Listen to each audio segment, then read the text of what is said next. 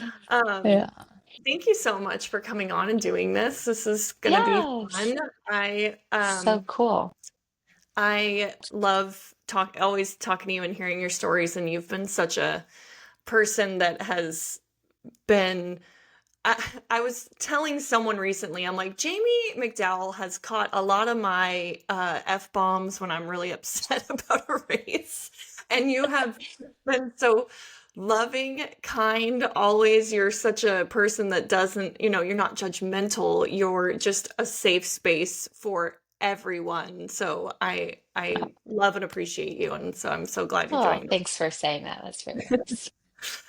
So tell me, first of all, Jami, tell me about you. Tell me about your upbringing. Where are you from? And just sort of childhood to when you first met Michael and those early days of you guys meeting. But first, tell me a little bit about you and like what makes Jami who you are and, what lights your heart on fire. Just a little bit about Jami McDowell. Okay. Well, I grew up in Arizona and I have one older brother. And my parents, and my brother and I, we grew up, we did a lot of camping and riding four-wheelers and going off-roading and things like that. Um, and I always had a passion, I guess I call it, for kids. I've always loved kids since I was a little girl, and it's always been my dream to be a mom. So I get to live out my dream. I'm And so so yeah, so growing up in Arizona and the desert and just doing a lot of camping and off-roading with my family and um, didn't grow up in the church at all. Didn't really have much of a foundation for any faith, besides the fact that we would go to church, to my grandparents' church on like major holidays, Easter and Christmas and things like that. So any memories I have of church were just when I was a little girl, like going to my grandparents' church and all the older people would always give us little like candies, like little Smarties and things like that. So that's what I remember of church. But then my parents, they both struggled with addiction, with drugs and alcohol. And so, kind of raised in a, just not a very, like, not safe. I mean, we were somewhat safe. We were pretty safe, but um, just not like I cannot think of the word is driving me nuts. Like, It just wasn't not maybe even solid, maybe like solid. that Yeah. Not solid very foundation. solid. It was just always unknown and, Yeah. crazy things were always happening. Which I kind of, as a kid, when that's what all you know, that's what you think is normal. And so, um, but when I was 16 years old, my mom got sober and really just brought to light a lot of the things that I grew up with that weren't normal. Um, and I'm so thankful that she did. I'm so thankful that she chose to better herself and better our family. And my parents did end up getting divorced. My dad still struggled with addiction, and he's since passed away. But my mom, she's really worked hard on herself and trying to provide a more steady, life, family life for us. And so I'm thankful, very thankful for that. But yeah, I met Michael in middle school. So we're 13, 14 years old, 13 years old, I guess. And so that's kind of where we met. And we hung out with the same friend groups, but he and I didn't get along very well. um, he he didn't like how outspoken I was, so something he says he does treasure now, but Yes, that's funny uh because he's very outspoken. yes. Yeah, that's So cute yeah, we though. butted heads a little bit, but we hung out with the same friend groups. And then in high school, he didn't go to high school. He did vocational schooling so that he could be traveling with racing. But in high school is where we kind of hit it off and kind of reconnected in a different way, I guess. And um we kind of were interested in seeing what was happening with a new relationship. But he was traveling a ton with racing. Even at 14, 15 years old, he was going, I mean, Italy and all over the country. And so a lot of our beginning of our relationship uh, started over the phone. So, Yeah, I mean, I fell in love with him through conversation. So, totally. yeah, You guys had that friendship first, which yeah, is so important and obviously so evident in your relationship now that you guys are such yeah, friends. yeah. So what was like your first date? What was the first time So, you called it a real date or like your first kiss? What were those yeah. early? We he had gotten his license, so he was a little bit on the older side of, he's 6 months older than I am. So he was a little bit on the older side of our friend group. So he was one of the first to get their licenses. And so he was driving his mom's convertible Mustang around and just the cool guy. And so he had come by my house at least twice. So my mom was like, this cute kid keeps coming and he's asking for you. And finally she was like, I figured out it was him. And so he had come by and he's like, wanted to go cruising. And so he picked me up and a couple of other girlfriends and we went to the mall. So it was just him and a couple of my girlfriends. And he just was definitely flirting and definitely giving me a lot of attention. And so I thought it was kind of odd, Michael McDowell, like we haven't had much of a friendly, a little bit friendly, but definitely not flirtatious relationship. Yeah. And so it was a little kind of like, what's going on here? It's kind of odd, it's kind of weird, but he certainly is treating me very nicely and he's cute and it's been fun. And so, he finally asked me on a date on Christmas Eve, um, when we were 15, 16 years old, and we went and saw Miss Congeniality.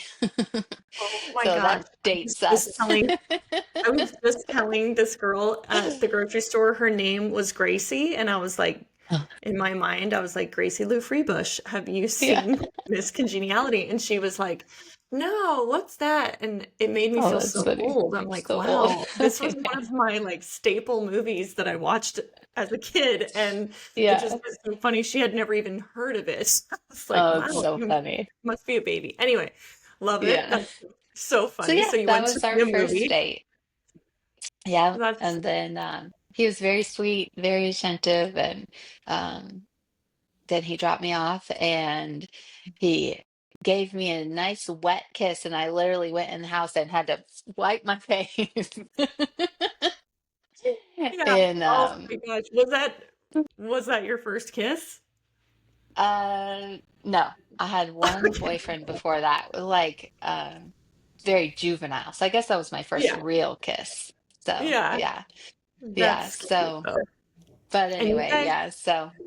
and you guys have been together how many years? We have been together since then. That would be 24 years. So this November, we're going to celebrate 20 years of marriage. Wow. So, That is yeah. crazy. Especially considering you guys are so young and that you're celebrating 20 years of marriage because you got married when how old were you when Yeah. you guys got Yeah. We were married? 20. Yeah, Yeah. We were so 20. young. So, That's so cool. yes. So cool. Yeah. Um, Yeah. and then early years of being together, and at what point in that, I know that you explained a bit about your childhood with your parents and sort of your upbringing in the church, but not necessarily having maybe that your own relationship with Jesus at that point in time. Was that Mhm. something that you sort of because you are someone I so lean on, and Ty and I both just have you guys when we were in a hard time in our marriage, just sort of wrapped your arms around us, loved us, and you understood those early days that we were just on fire for God, and you were so loving towards us in that season of our life and in our marriage. Mhm. And what was it like for you and Michael? Did you guys grow in your faith together with your faith journey, or did you guys, just speak a little bit about that maybe? Sure. So, yeah, like I said, I wasn't really raised in the church, but attended church a few times. And Michael was the same way. His family is not religious at all. He says the only time he ever went to church was for weddings and funerals. And so, but we started dating when we were 15, 16 years old. We moved out together when we were 17 and 18 and started kind of our own life then. And we started hanging out with my aunt and uncle a lot just because it was fun that we enjoyed them. They're younger and they would invite us to church and then they would take us to lunch. So we were like, okay, go to church and then we get to go to lunch with them. Like it's, free lunch, fun time. But the Lord definitely used that to start to speak into our hearts a little bit and open our eyes to Him. And so we moved to North Carolina. We were 19 years old and not married or anything. So moved all the way across the country away from anything I would ever known.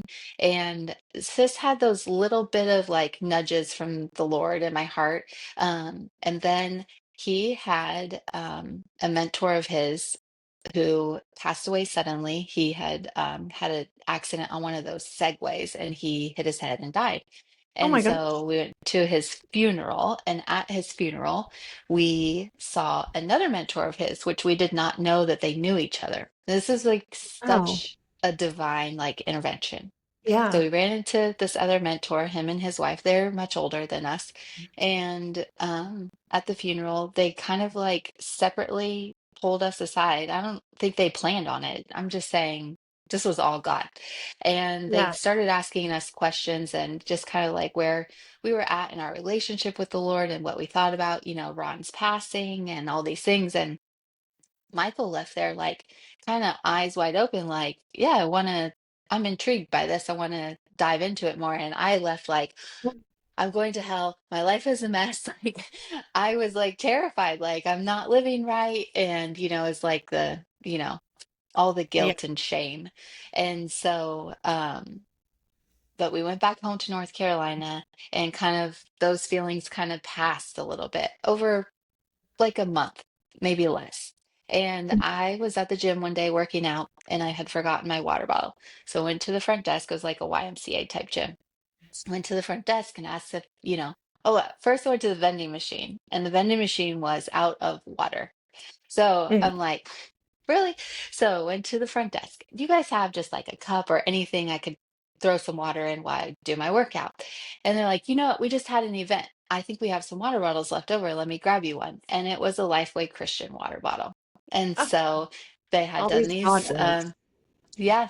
And so while I was working out, I was just reading all the little tidbits on the water bottle, went home and looked up their website. And that Sunday, we went to church for the first time as a couple. We were 19 years old and we were living in North Carolina by ourselves and um, went to a pretty small church. They were meeting in a elementary school, and there was probably 50 to 75 members of the church. And it just became our home when we enjoyed it the first time and we went back the next week and they're like, oh, Michael and Jamie, right? We were like, oh my god, they know Oh, our names. So like, yeah, we were yeah. like, feels like Yeah. What somebody an knows honor. us here.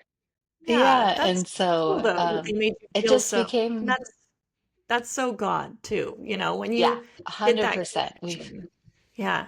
Yeah, yeah, so we just made it our home and it just became somewhere where we learned and grew and dedicated our lives to the Lord. I mean, that was, what the Lord used to bring us to Him and how He really taught us and fed us through those people Yeah. and how much we grew in the beginning there. I mean, we were so young. And so, um, yeah, we got married and got baptized together right before our wedding. Um, That's and so so that cool. was all in 2005. So, yeah. Wow, that's so cool. That's so special that you guys had that feeling. Fast forward, you Mhm. have 5 kids, which is like you were saying, your childhood dream that you love children, Mm, you want to be a yeah, mom, you are so clearly a gifted mother. But the journey of you guys having 5 kids has been a wild one. So you had yeah, Trace, and yes, if I've got this correctly, you had Trace and you thought, all right, I think we're that's good. good. Yeah. A little bit.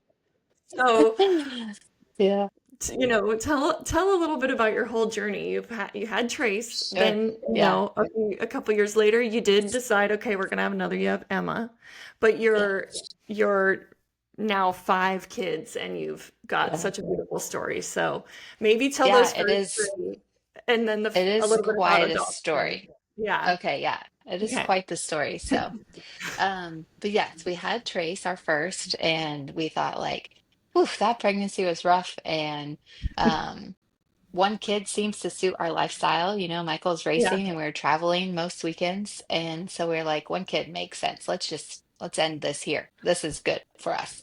And we had told our friends who were good Christian mentors in our life. They're actually Trace's godparents.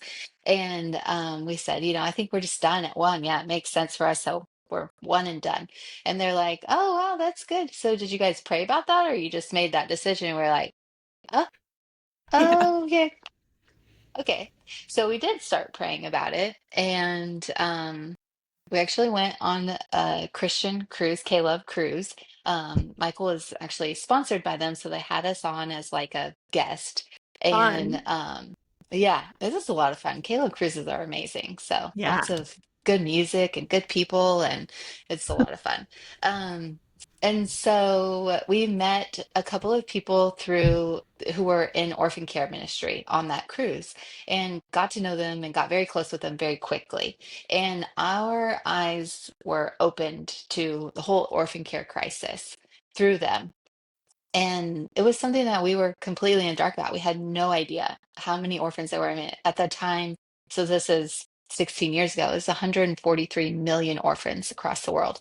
And just you know, the way that orphans were living and being cared for and the crisis of it. And so our hearts were broken for it immediately. And so we initially started prayerfully and financially supporting those ministries. And that was just the door that the Lord used to open our hearts to adoption. And so after not even a year, a couple of months of prayerfully and financially supporting these ministries, we definitely felt the call on our lives for adoption.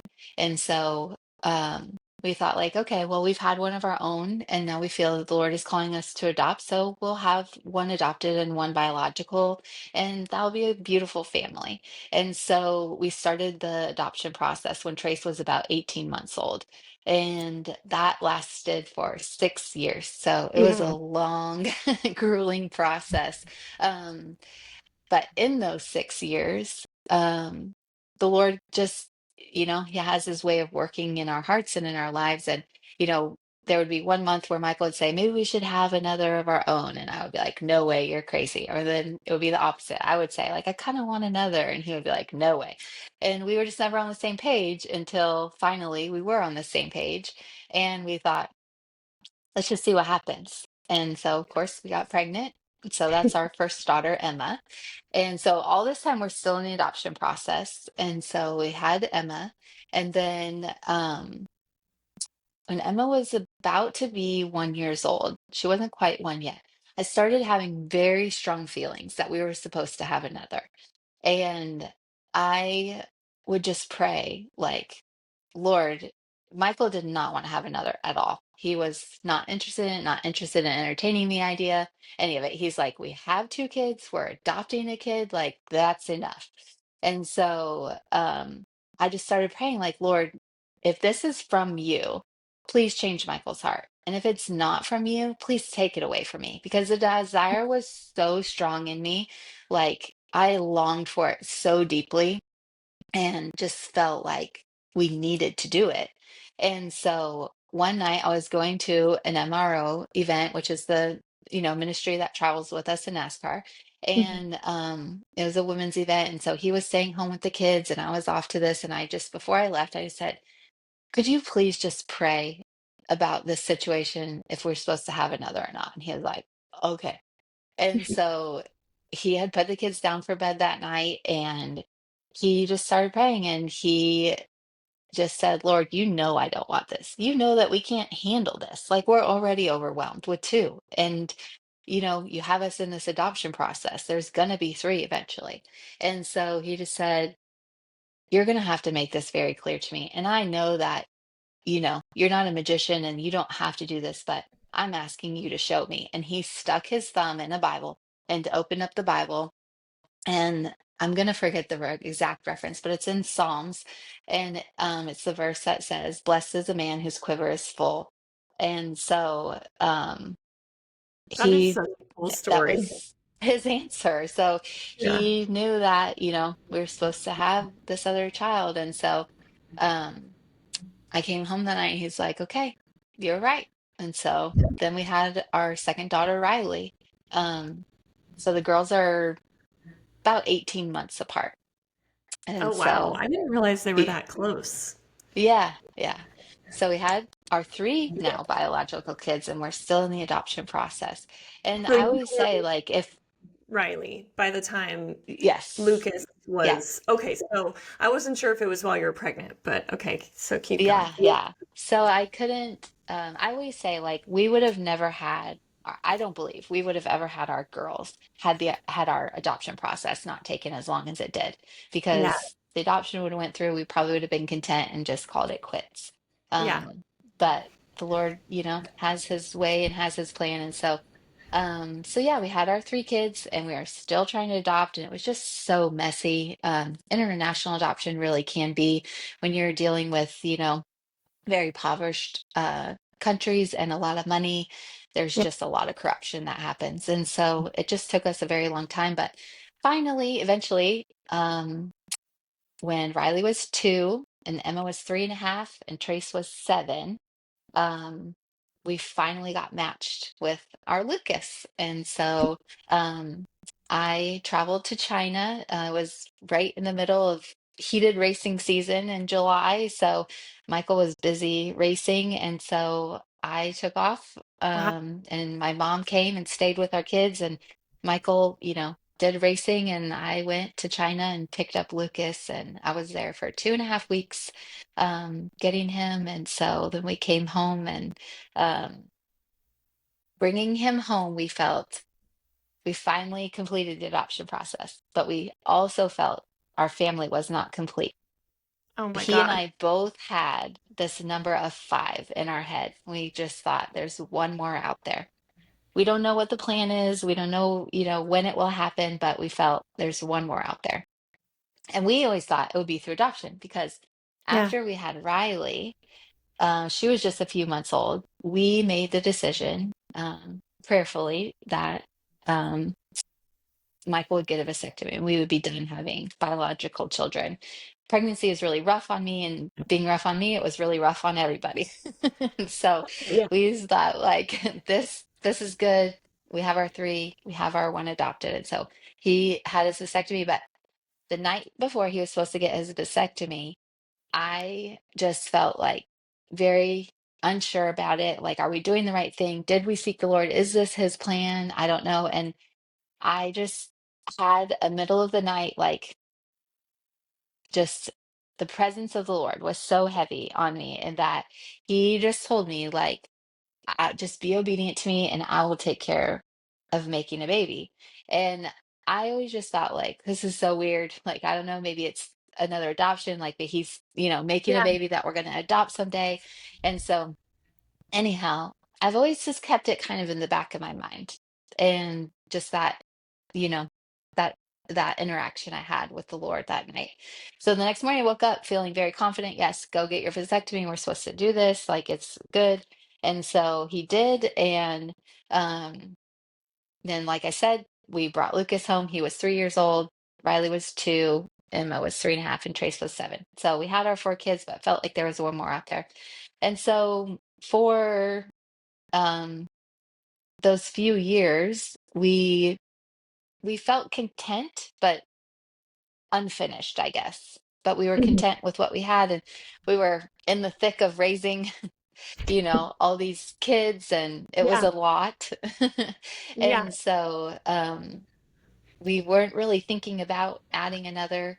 And I had just started, maybe for 3, 4, 5 months, started feeling like, okay, what are we supposed to do here? Like, are we supposed to open ourselves back up to adoption? Are we supposed to open ourselves up to foster care? Like, feeling like there's one more, and him still feeling that way. So what are we Mhm. supposed to do here? So I began praying about it and like just feeling like, okay, Lord, you're gonna have to really show us like what's your plan here because we don't have any direction. And I ended up being pregnant. Was such a shock to us. Yeah.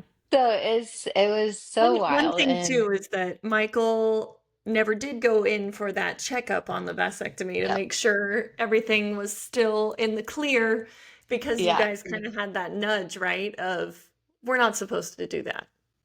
Yeah, I think we just like it just wasn't something that he felt like he needed to go back to do. Yeah. And we, for 8 years, we seemed to Right. be sterile. So we didn't really think about it. We just thought, Yeah. obviously he's good. I mean, we haven't had a baby in 8 years and we were pretty fertile before. Yeah. So yeah, we didn't really think about it at all. And so yeah, for those 8 years, nothing happened. And then I ended up pregnant just out of the blue. I just thought like I just remember thinking like I think I'm late, but I'm not sure. I can't really remember when my last one was, but I think I'm late. And so I remember I woke up one morning and I just thought to myself like if I don't start my period today, I'm just going to go get a pregnancy test. And I was going to the grocery store. And so I didn't start my period. And so I had all the kids with me at the grocery store. And it was so silly that I remember pushing the cart and being like, what's that over there? And then like throwing the pregnancy test in really quickly, not wanting any of them to see it, feeling so foolish and Yeah. silly. And so I remember too then coming home and taking the test upstairs and thinking to myself, like, I'm not pregnant. Surely I'm not pregnant. Like, it can't be. And taking the test and starting to see that second line come through, I immediately closed my eyes and just said, like, Lord, if I'm pregnant, make it clearer than ever. And if I'm not, make it clearer than ever. Like, please don't let this be confusing. And so I opened my eyes and there was two very solid clear blue lines. And so I was like, oh my gosh, I was in total shock, started crying. And so it was just crazy. That And is then I had to wait for wild. Michael to get home from the shop. I remember texting him like, when are you coming home? How much longer? How much longer? Yeah. Just Yeah. dying So to tell him. so how did you tell him then? Did you just like when he did you just come out with it when he came through the door or So I actually, because we had that story of him praying the night and sticking his thumb in the Bible and flipping to the verse of "Blessed is the man whose quiver is full." I took his quiver from his bow and arrow, and I had 4 arrows in it, and removed one arrow and put the pregnancy test in there. So that was Oh my my gosh. kind of reveal to him, and so had left that sitting in our bedroom. So when he That came just like home gave and me walked goosebumps. in, he saw it. Oh my So gosh. he immediately was so excited, and Yeah, that is we so just were thrilled wild. and in shock. Yes, that is so wild. He So, had did you I mean, what a stunning and cool story about just having that faith and then God showing up. I mean, that is just beautiful. Um, yeah, and I always tell people too, like, there was a lot of years between the night before he went to get his vasectomy and I had this whole interaction with the Lord mhm. and me actually getting pregnant. So there was a lot of time there, a lot Yeah, of years where the enemy 100% used it against me. Like, you think you know the Lord's voice, but you also think he told you that he was going to make a baby. So do you really know the Lord's voice?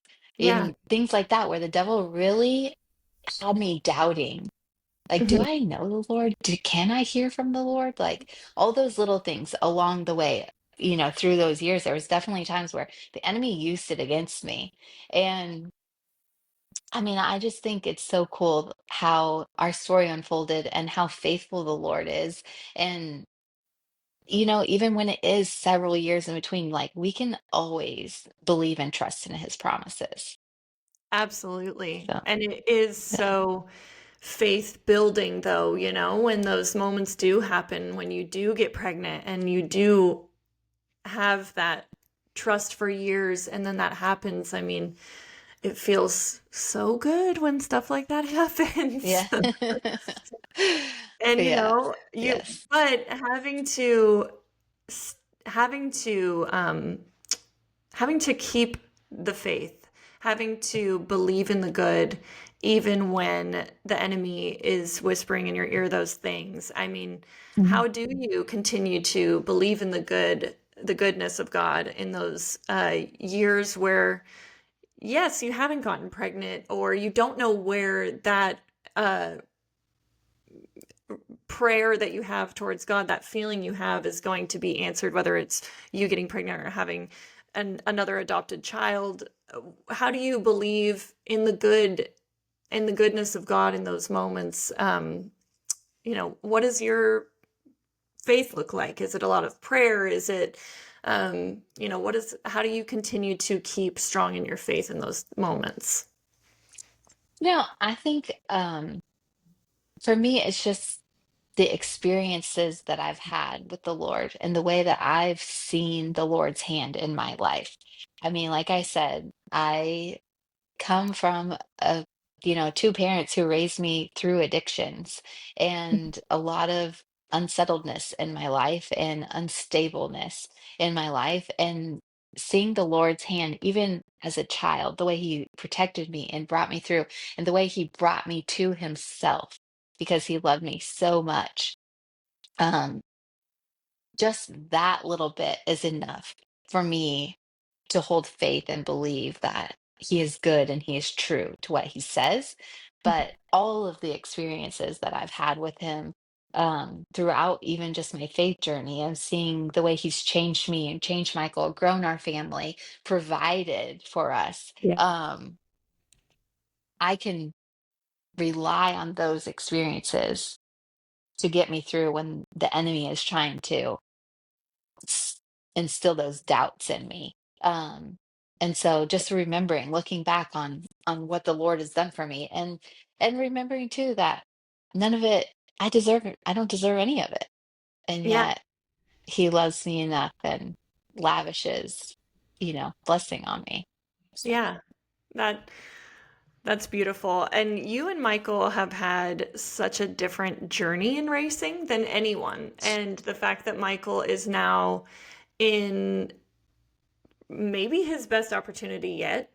Um, he has been such an inspiration for Ty. And there was even a moment, it's so wild how things come full circle, but there was even a moment years ago when I remember they put Ty in Michael's car at one point, yeah.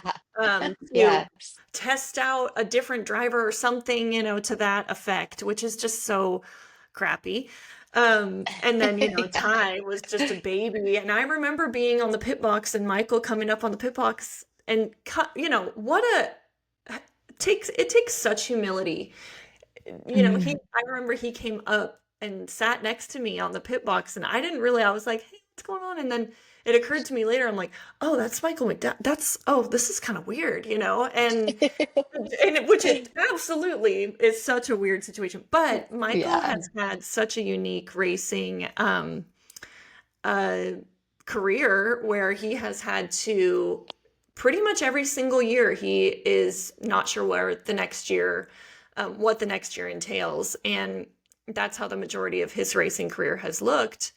And that's how Ty's racing career has looked. And so you guys have been such an inspiration for us to keep the faith and just, if God wants me here, I'm just going to keep on putting one foot in front of the other, trying Yeah. to do these things for the Lord and do these things in God's glory, but to keep to be the wife, for us to be the person that Michael comes home and relies on to, keep him sane, to be his support system.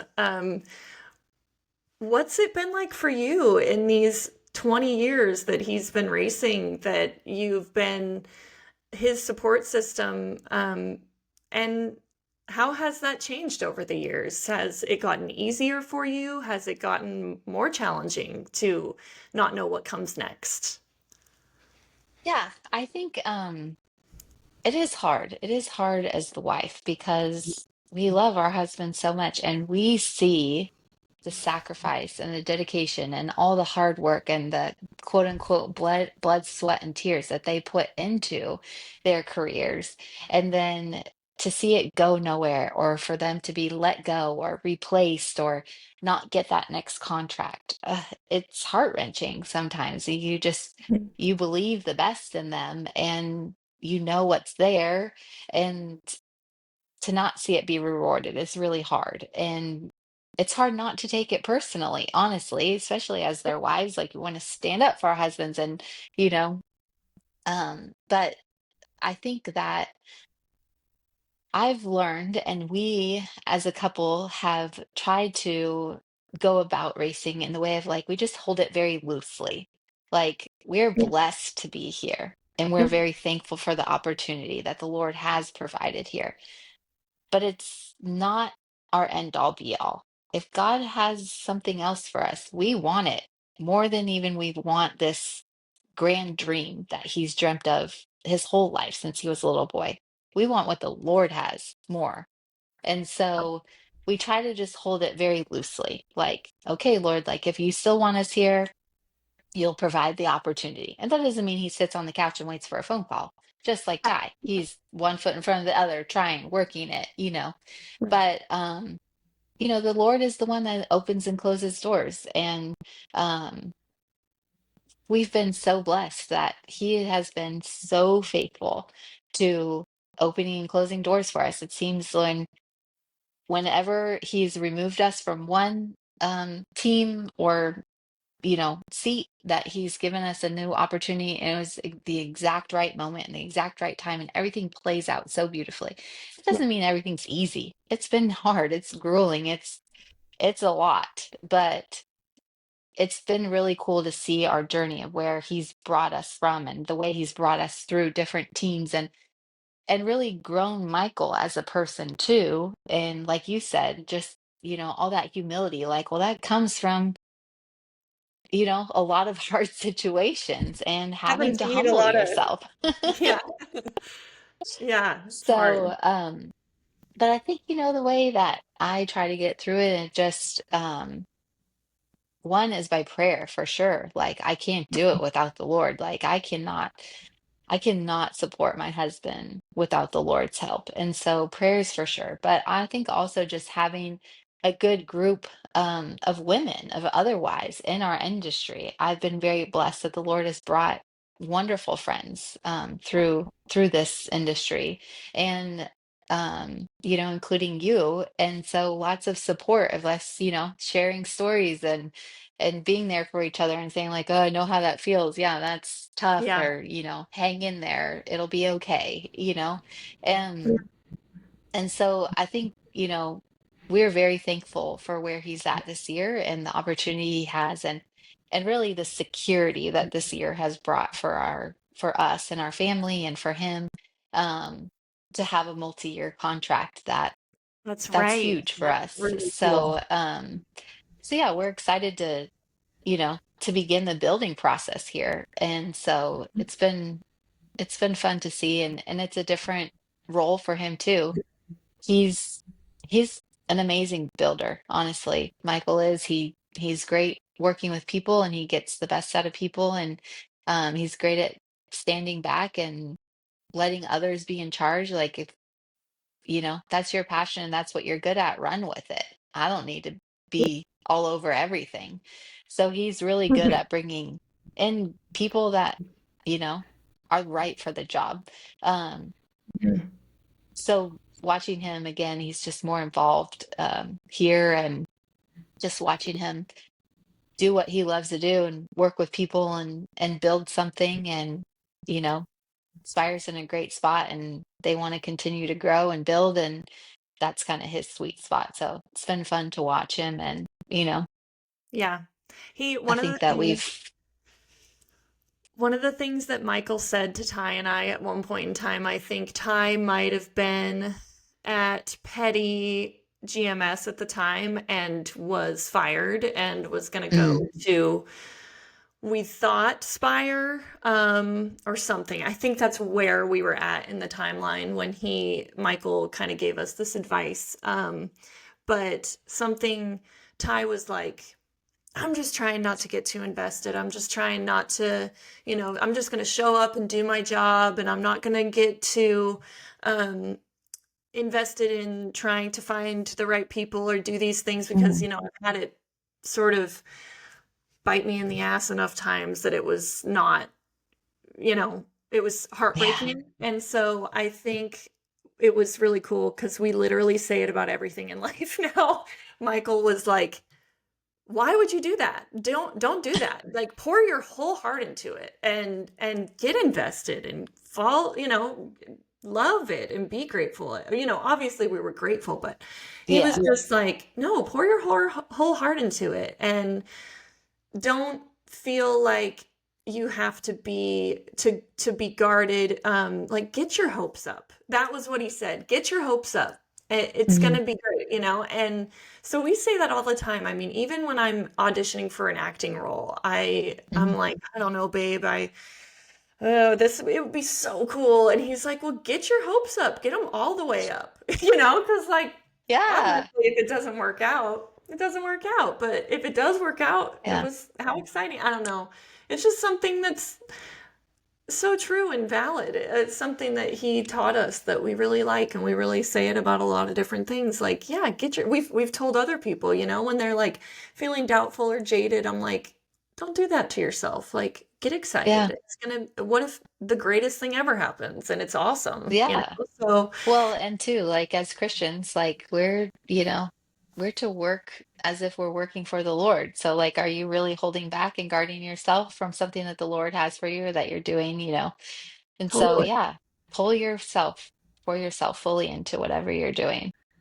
Yeah, Yeah, that's so true too. That, when you yeah, when you put it in that perspective, it's beautiful. That's yeah, valuable. Jamie, I'm gonna yeah. stick that one and I'm gonna add that to it. Um, so then crazy, you kind of okay, so then you had sort of gotten to this point where you were like, Michael, maybe it's not meant to be that you win a race. Maybe that's just not what's supposed to happen.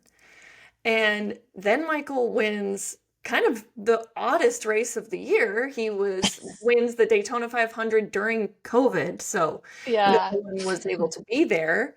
Um, yeah. but what was that like for you? I mean, you had sort of gotten to this point where you thought maybe this isn't meant to be for you. And while I do think that Michael has been obviously a huge pillar of, this man that loves Jesus and has probably brought so many people to him in the sport, and has just been a really inspiring man of faith.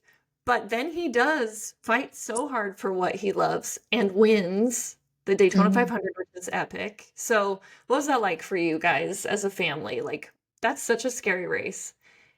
Yeah, And then he wins, but then you're not there. It's such an odd yeah. situation. Like, what was that like? So, yeah, I was definitely in a place, and I had said it multiple times, and he loved to joke about it and say, like, my wife says I'm not supposed to win.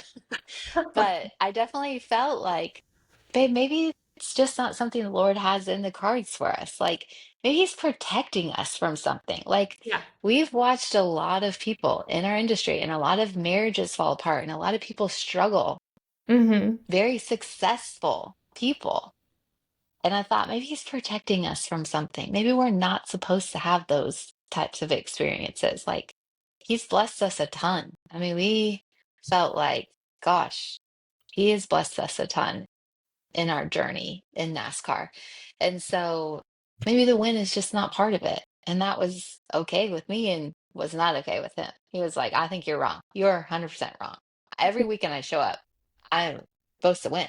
Yeah. And so, yes, Daytona 500 2021. and the COVID had hit, and NASCAR had decided, like, no wives or children allowed. You guys have to be outside of the track, up in the suite, whatever they had said. And I thought, I cannot take my four little kids and not be allowed in our safe space, in our motorhome, you know, Yeah. all these things. And so we made the very difficult decision that I would stay home with the kids that year because traveling and not being allowed at the track didn't make sense for us. And so it was a very emotional week. It was the first Daytona that me or the kids had ever missed. Yeah. And It's it always was a one. very emotional week. It was really hard. And like you said, I mean, Daytona's big. And I've always said, like, going there as a wife, like, your husband can win or he can die. Like, I there's know it two is so very big, horrible to things. hear it Like, that way. Yeah. there's big crashes that happen there and big victories that happen. And so you hate to miss it. But made the decision to stay home. And so, and then there's a rain out and all these things. And so the night had just drawn on and on. And I was texting with them, waiting to see, are they going to get the race back going? And so they finally, yes, they're getting the race back going. So I'm up late watching it. All the kids had gone to bed. And I just could not believe it. Those last few laps, and he's up there, and people are starting to text me, and like I remember throwing my phone across Yeah. because I was like, I can't, Every I don't time know, like it's too much. when anyone Like, texts you when your husband's leading, I'm like, just know I am yeah, not looking or replying because the yeah. the jinx of it all. You're like, don't even talk to me about it. Anyway. Yeah, yes. So yeah, then the caution came out, and then my phone starts ringing because people are thinking he won, and I remember answering it, and friends of ours are like, he won, he did it. I'm like, they Yeah. have not announced that he won. I don't Chill. know. Like, and so they finally did, and I just remember just tears, and I was so excited, and I don't know if I was screaming, but I was getting loud, and so then I had kids starting to wake up and Yeah. coming in, and I'm like, "Your dad won!" And it's just unbelievable. All these years they've Oh my watched him gosh, that working gave me so goosebumps hard, again. and all these years we've just watched him. And I remember the kids are always like, I remember I used to get onto them so much. Go like, "Don't talk to daddy after the race. Don't ask him questions. Like, just let daddy relax and drive us to the airport." And then he'll get in the car, and they'd be like, "Daddy, why didn't you win?" Like, the That's our worst kid. question. Like literally last night, they're asking that. We're in Atlanta and he blew a tire and was 24 laps Yes. down. And captain's like, well, he didn't do very good. I was like, buddy, he did great. All of the coaching your kids of like, don't Yes. say anything. Yes. So, anyways, finally see their dad win. Everybody was just so excited, so ecstatic, and we were cheering and jumping. And then he finally called us from victory lane, and I think we all just kind of lost it. Like, Yeah, couldn't believe it. You finally did it. And, I think like the mutual feeling was just like, the Lord has blessed us. Like, the Lord let us have this moment. The Lord, even though the kids and I weren't there, like, to just see all his hard work finally paid off. Like, the yeah, Lord did that.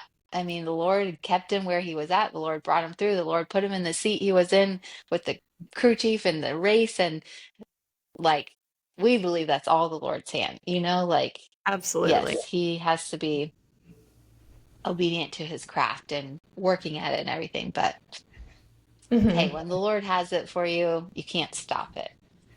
So, It was such a cool moment, and we, celebrated him coming home from the race at mm, the airport, and that was really cool. yes, fun. Um, then Michael is an amazing road course racer, grew up racing Mm, go-karts. Then a couple years later, he wins the Indy road course race, which you all were there for. So what yeah. was that like? Were the kids just so pumped? And what Oh, was yeah. what was that one like? Yes, that was an amazing experience too. And again, I just feel like folly.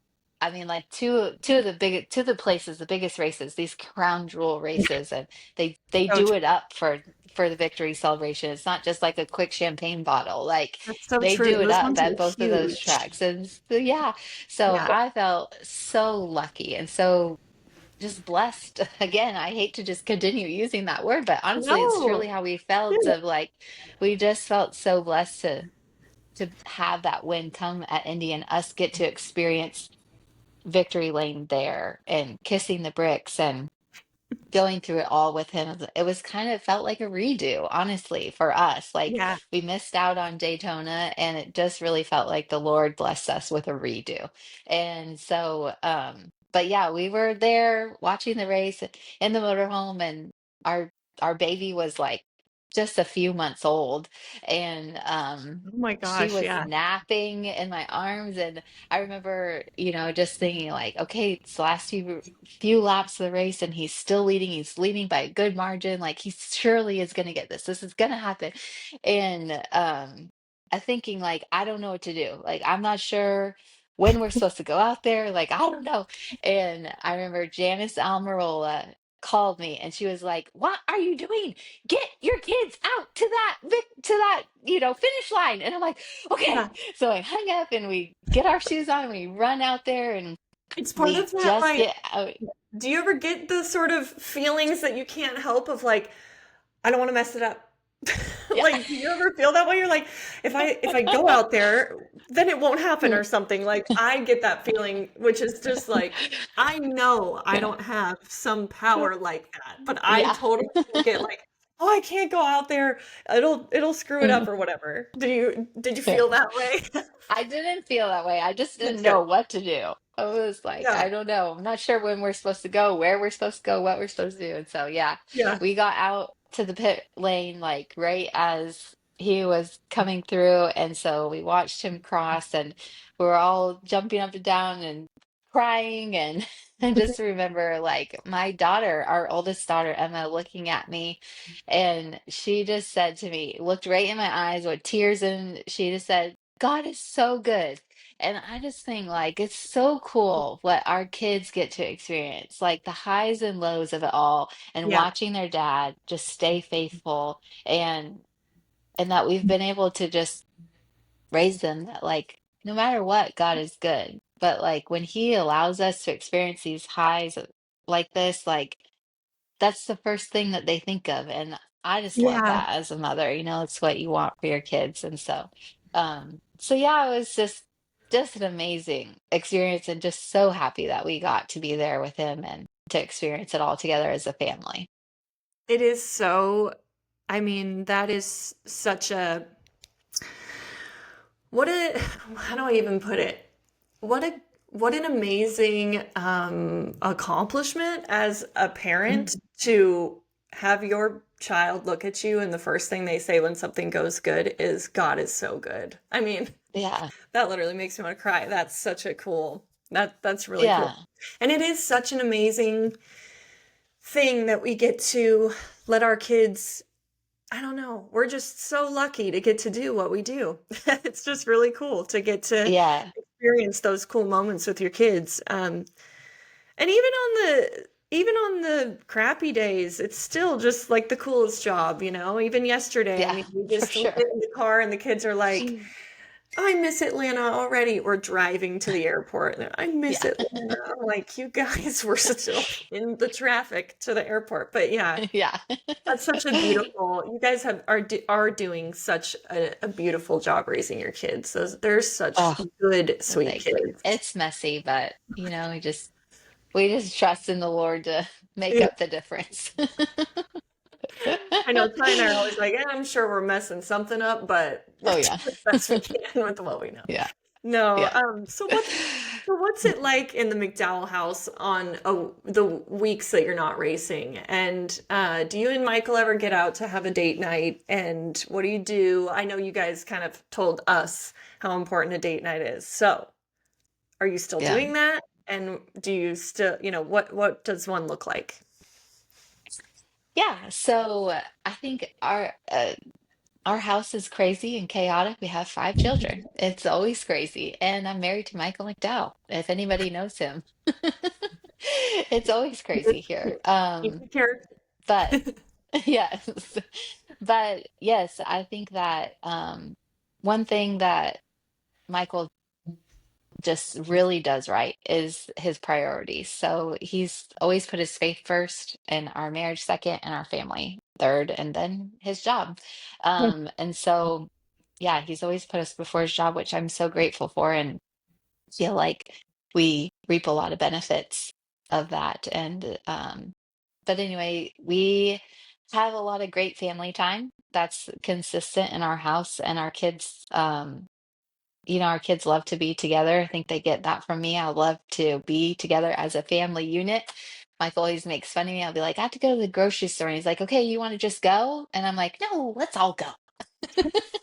Oh I my just gosh, like to be together. it's amazing. And so, I'm going to the grocery store alone is like a whole yeah, lovely experience that you get.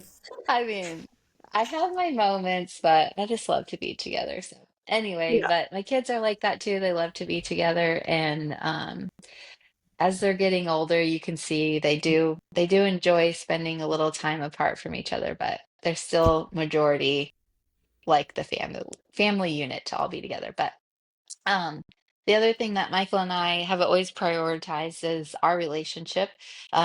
Whether it's been like since our kids were little, we started putting them to bed at like 7 o'clock because we're like, we got to put them to bed so that you and I can have our time. And so that was something we did when our kids were really little. And then, yeah, over the years, like we've consistently had date night every week.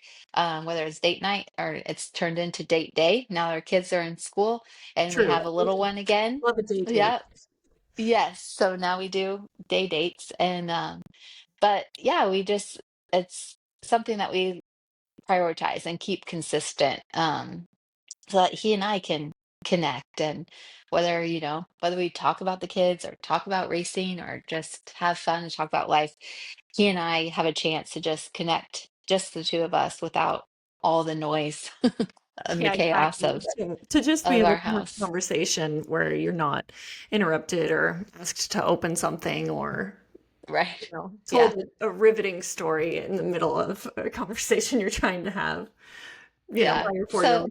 Yeah. yeah, exactly. So it looks Sometimes I'm different, and interrupted. especially going through, different seasons now again with having a baby and a toddler again and everything.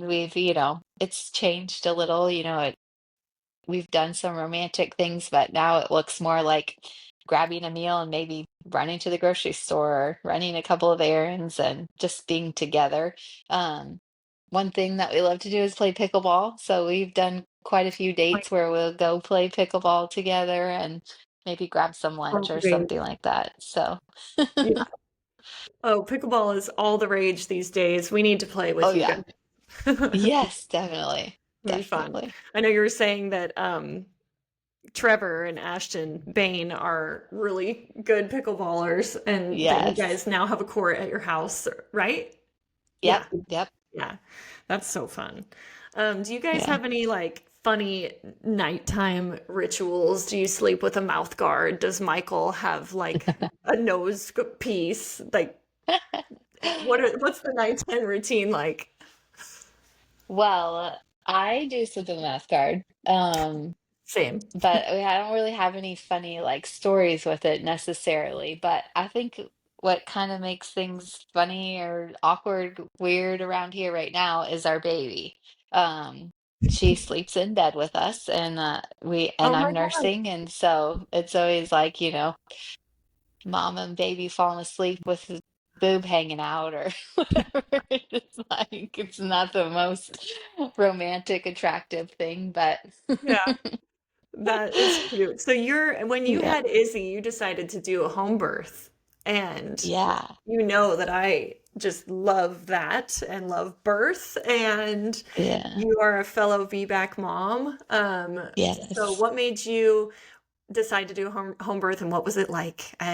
Do you have any Oh, uh I probably get some hate for hey, this. I don't know, but what made us decide to do a home birth was COVID. yeah, hey, I didn't have absolutely. her during COVID, but COVID definitely opened our eyes to a lot of things and a lot of corruption in the medical industry and a Mhm. lot of mistrust. I mean, it gave us a ton of mistrust in the medical industry. And so when I found out I was pregnant, I just thought like, I do not want anything to do with mainstream medical care. I don't want them telling me how or when to, give birth or have my appointments or what vaccines to take or, Yeah. what medicine and all these things. I didn't want anything to do with medicines or vaccines. Wanted to go as natural as possible. And I wasn't sure even what that looked like. I just knew I didn't want to have her in a hospital. Yeah. So we kind of started on the path of like a birthing Birthing facility, center. Yeah. the birthing center, yeah. And so um, that just kind of led us down the road of, a midwife and then eventually to like having her at home. And I remember Michael being like, "What? Are you serious?" But he very quickly got on board with the idea, and it's definitely not something we regret. It was an amazing experience, and we're so thankful for it. And it was a huge blessing, and the Lord's hand was definitely all over it. I mean, I had some high blood pressure, and Izzy was growth restricted, and I Oh, naturally yeah. induced to have her early to protect her. And I was able to do all of that at home. So when you say you Truthfully, naturally induced, what all did you do? If you'll feel yeah. comfortable with it, 'cause, I love Yeah, so this. I just had my midwife come and she gave me a good membrane sweep. And then that night, Michael was racing the Daytona 500. And so this Yes. was the second Daytona that we've ever missed. Um, and so we had stayed home because I was about to give birth. And so he was racing. She came that morning, did the membrane sweep, and then as soon as the race was over, I drank castor oil, a little concoction I of was wondering castor if you oil. did castor oil. Yeah. Yep. And then as soon as he crawled in bed that night, got home from the airport, crawled in bed, my contractions started, and I went into labor. And then you had her at about 7 a.m. or something? Yeah, about 8. Yeah. Okay. Yep. So that was a 9-hour labor, my longest labor that I've Yeah, had. that's so surprising that that was your I longest know, labor. my fifth, yeah. I think, a lot of, people say one is the huge gap in between. So it was, almost 9 years since I had a baby before. So body kind of resets a little bit. And then also your first home birth. Our bodies do things subconsciously, it's my first home birth. And um, Yeah. so it maybe held on a little bit longer. And I didn't have any medical intervention. So Yeah. just complete natural, let it go. So Did your water break and did your midwife check you at any point in time? These are really oddly specific questions, but yeah. I need to Yes. say So like my a water teaser. did break. Hey everyone, we talk a lot about birth. Yeah. Anyway. Yeah, my water did break on its own in labor. And then after my water broke, I definitely felt like I was getting close to being ready to push. Um, And so I told my midwife that, and she was like, "Well, do you mind if I check you to see where you're at?" And I was only at like a 6, I think. And Hmm. I was like, "What?" Yeah. Like I feel so right, it feels so intense. Yeah. And so once she checked me though, it caused bleeding, and I was in the tub. So the bleeding that caused, it looked worse even Yeah. because of the water. And so they had me get out because they were concerned with my high blood pressure that, Oh, we okay. had to be very careful. So we knew that going to the hospital was always a possibility because she didn't want to risk me or the baby at all.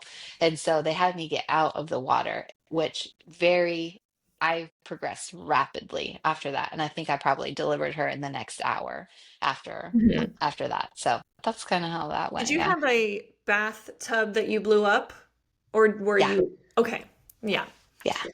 That would, to me, that sounds very lovely. I think for a Ugh, fourth, I that wish so badly that I could have given birth in the water. The yeah. water, she told me, like, some people would say it cuts the pain in half. And Oh, I would I would generally agree with that. I don't know if 50% is the exact number, but like the water Yeah. felt so much better. When I got out, like I said, I progressed very quickly, and so it was very intense. And I wish so badly I could have stayed in the water. Yeah, So, that's good to know.